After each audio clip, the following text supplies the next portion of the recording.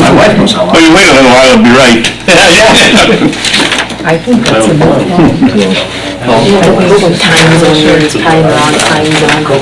Well, that's every time it comes across pretty soon. This one, How did it, we didn't realize. We need to look at that. There. Okay, it is 6 o'clock. This is Tuesday, January 12th, 2016. And this is the regular village board meeting, the village of Pulaski. Could I have a roll call and pledge? Roger Burchkuski. Present. Robert Gajewski. Here. Doug Prentice. Present. Chris Smith. Here. Richard Styczynski. Here. Robert Van Lander. And Reed Woodward. Here.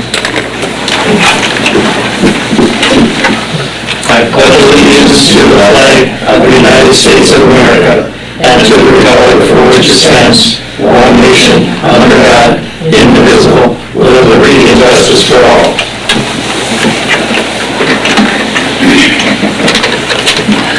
Do I have a motion to approve the agenda as presented? Chris, second by Richard. Yep. All in favor? Aye. Opposed? Motion carried. Number 3, to approve the minutes of the regular board meeting of December 7th, 2015, and the year-end board meeting, December 29th, 2015, and dispense with the reading of them. So move. Second by Roger, second by Bob Van Lander. All in favor? Opposed? Motion carried. Number 4, persons desiring to be heard. Persons desiring to be heard. Persons desiring to be heard. There being none, we will move on to item 5. Consider approved payment request of Robert E. Lee Associates Incorporated. Invoice 7035 miscellaneous in the amount of $555.38. Invoice 736 corporate way lift station upgrade in the amount of $7,768.26. Invoice 737 Cashmere Street design and construction in the amount of $5,838.70. And invoice 738 police station addition in the amount of $12,964.63. Motion? Bob Gajewski makes motion, Doug seconds. Question, Reed. Yes. The lift station corporate way, this has nothing to do with the lift station and the land purchase from... Yes. This does? Yes. Has that purchase been completed? No.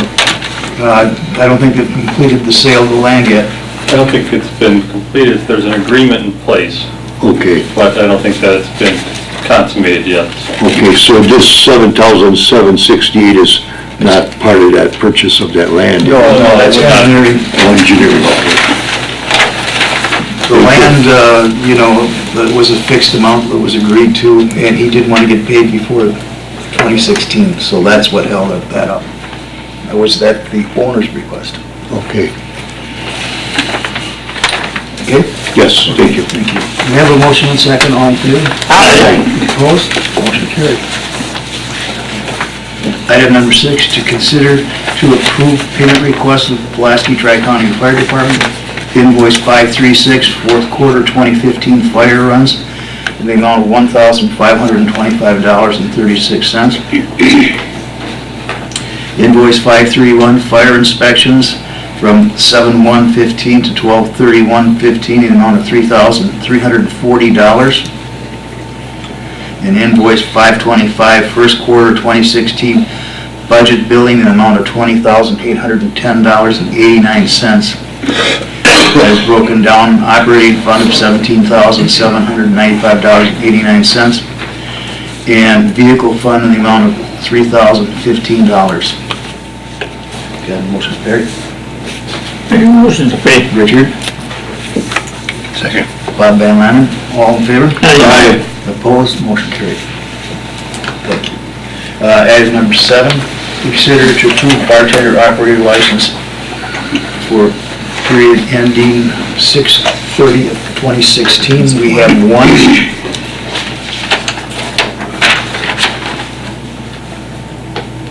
Nina J. Schelkenberg, for the Copplestone Hotel. She has her beverage servers training. We entertain a motion to approve pending the chief's approval. So moved. By Doug, Second. second by Richard. All in favor? Aye. Opposed? Motion carried. Item number 8, consider to approve the wine tasting event, Plans of Distinction, 162 West Pulaski Street, Pulaski, for Wednesday, January 20th, 2016, to January 23rd, 2016, from 10 a.m. to 7 p.m. The permit is requested by John Amstrew. It would be just those 2 days. They're just those 2 days. I'll make that motion to approve. Roger, Second. second by Bob Gieske. All in favor? Aye. Opposed? Motion carried. Item number 9, such other matters is authorized by law. Just an update on the quick start thing. We're trying to get a closing date set. We're waiting for the title company to come back with the title insurance. He did call yesterday, wanted to know if the village would be interested in splitting the closing costs. I said, well, I think we already have a signed offer to purchase that says that you're gonna pay those as the seller, so you can pursue it, but Good try. doesn't hurt to ask, right? Never hurts to ask, right? Bill, would you mind explaining to the board the issue with the street lighting? Well, I don't know how much you know the background. The village got a bill for 17,000, what is it? Yeah. 17,000 something? for the streetlights in the new, for part of the new subdivision that's going in over by the hotel, and the issue is who's responsible for that. Although it's inside the TIF district, there are no developers agreements for that portion of the development. We have 2 developers agreements out there. One is for the hotel property, but it's just for that parcel. The second is for the CBRF parcel, and it's just for that parcel. Village ordinances provide that if you're a subdivision developer, you're responsible for all the costs. And normally we have a developer's agreement with the developer, and that same language is in there, but there is no developer's agreement for that residential component of it. And so the issue is who's responsible for the payment of those fees for, or costs for the streetlights. In our other subdivision development agreements, Razorback and Settlers Creek and all of those, that was always a developer responsibility. They paid for the streets and the road and the curb and gutter and storm sewer and utilities, including the streetlights. It appeared to me, in the absence of a developer's agreement that said something to the contrary, that the developer was responsible for paying that streetlight cost. That's And the gas company tried the same thing, they tried to send the village a bill. Yeah. And the village never has done anything with gas, that's your stuff, it ain't ours. Right. The village did have, as you recall, under the developer's agreement with Pulaski Hotel Group, we did agree to extend the street, but that was it. There was no... Streetlights involved. There were no streetlights as part of that. It was just to extend the street, and I think the utilities, curb and gutter and the sewers and so forth were part of that, but it was not, streetlights were not part of that 100-foot or whatever it was, street extension, so it appears to me that the bill ought to go to the developer. And unless it's spelled out in the developer's agreement, it's not TIF eligible, so. And that's, again, because it's residential, it's not commercial. Thank you, Bill. The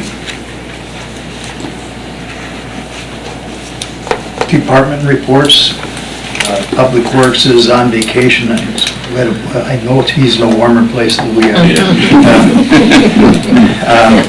Sewer and water, Tommy, do you have anything? I just want to bring up briefly, for information, informational, one of the maintenance items we are going to be replacing is a makeup air system for the septic receiving, and I did get 3 quotes on them from mechanical outfits, Johnson & Johnson, Baumgart out of Little Chute, and Tweet Garrett. 2 of them were $17,130, $150. That's how close those 2 were. Tweet Garrett came in at $14,460 or something like that, and we're going to go with them.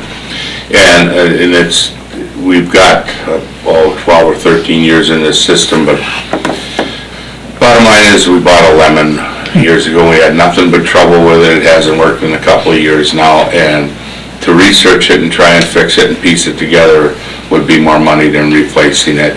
And because they're so expensive, it is a makeup air, not just a furnace. So that adds to quite a bit of the cost of a heating exchange unit compared to a makeup air system combined with it. We do have the funds in the restricted funds for the sewer plant, and that is built into the budget, so we do have the money to pay for it.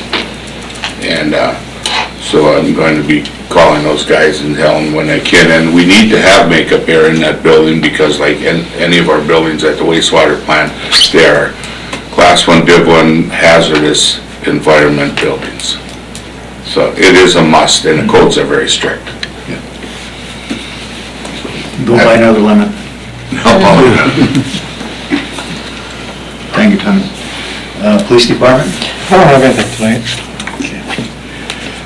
You have Mark's report that he passed out. Administration, Karen? I can't think of anything. You have that later, but... Oh, okay, all right. Okay. That's fine. Number 11, communications, there's an economic development ad hoc meeting on Monday, January 18th, 2016 at noon at Premier Community Bank. There will be a bid opening on Wednesday, January 20th at 2 p.m. at the Pulaski Village Hall, where the Village Hall Edition Phase 3 of the Police Edition Contract 295-16-01 remodeling of the west wing of the existing hall for the police department and constructing a 40 by 90 foot addition on the existing building to include police department facilities and garage. And anybody interested is welcome to attend that. Well, I got a question on that, Rita. Yes, sir. There's a motion on file that we won't do anything with this building until the old one's sold. What happens to that motion? I admitted at a board meeting that I probably shouldn't have said that, because we can't sell the building and we can't tell the people when we're going to vacate it. And I took responsibility, I did say that. But, I mean, there was probably a $100,000 mistake, because the cost of that building's gone up at least $100,000. And what do we do with that motion? I think that was just discussion. I don't mean to interrupt. Judge, we looked into that. I think that was just a discussion. And I did say that, and I really admit I said it, because, well, honestly, we had a buyer. I realize, but there's a motion on file to that effect. They said it was just discussion, there was nothing that was... Oh, no, we voted on that. There was a motion made and Okay. I can remember. I don't know who made the motion or when it was, but... I know I said what I said, and I freely admit I said that, and it was probably a mistake to say that. But at that time, we were told that the school would buy that building.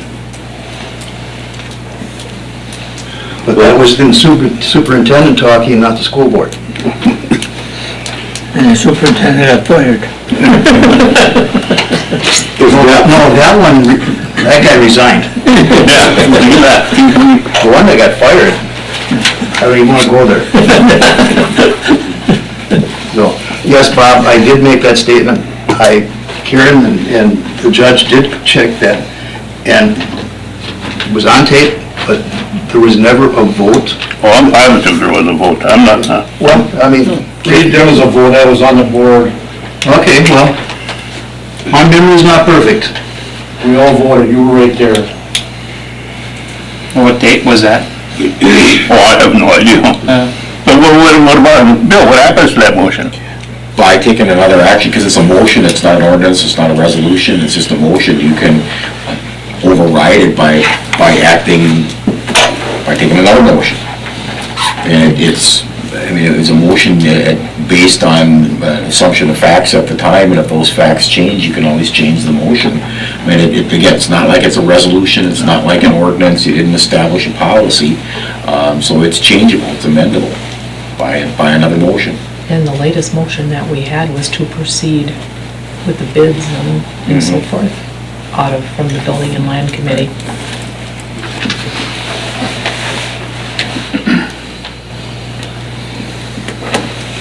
I was just wondering what happens to that motion. Okay. You know, I've many times, while I was police chief, a lot of things change from meeting to meeting. They vote yes at this meeting, and then vote no, and then they vote yes, and, I mean, the boards change their mind. But I freely admit that I made that statement. It was probably something I shouldn't have said, but I was confident that we had a school that was gonna buy the building. Well, I think that's why we made the motion. My memory is not perfect, but I will admit that I did make that statement. But we will be opening bids on Wednesday, the 20th. Next, we need to schedule a call meeting for January 2016. And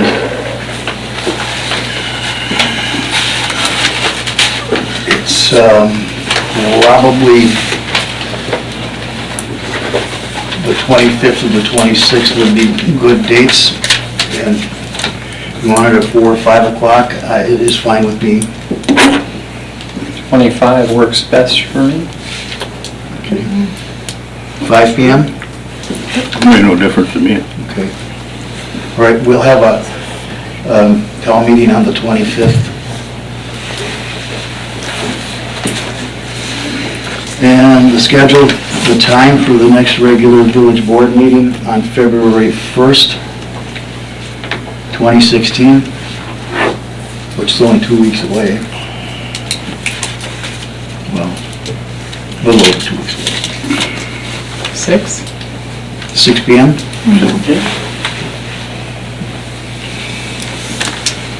Okay, so it'll be, village board meeting will be February 1st at 6 p.m. Ballot placement for village trustee, 3 seats, 2-year term. The alternative will be Karen. Okay, that would be for the spring election, April 5th. We have 5 candidates that are running for village trustee. We drew names yesterday on Monday, January 11th, 2016 at 4 p.m. The first candidate on the ballot will be Richard E. Stachinsky. The next one is Robert Van Lannen. The third one is Doug Prentice. Number 4 is Gerald Wojciewicz. And number 5 is Bruce Britkuski. Thank you. And we are going to have a primary? A primary. It won't be for village trustee. There's Justice of the Supreme Court, so it'll be, I don't think it'll be a real big election, but that'll be on Tuesday, February 16th. Here in this building, the polls open at 7 and they close at 8 p.m. Don't they have a county supervisor too? They may have, I don't know. There's 3 of them for this district. Oh, yeah, that's right. I did see that in the paper. Yeah, there's 3 of them for this district, I see. Okay, well, hopefully we get a lot of people. Bill, at the next call meeting, could you attend? Because I want to get the ball rolling on that room tax stuff. And I think your assistance might be needed to help capture as much of that in the community as we can. Okay, with that, I would entertain a motion to adjourn. So moved. By Richard. Second. Second by Roger. All in favor? Aye. We are adjourned. Thank you so much.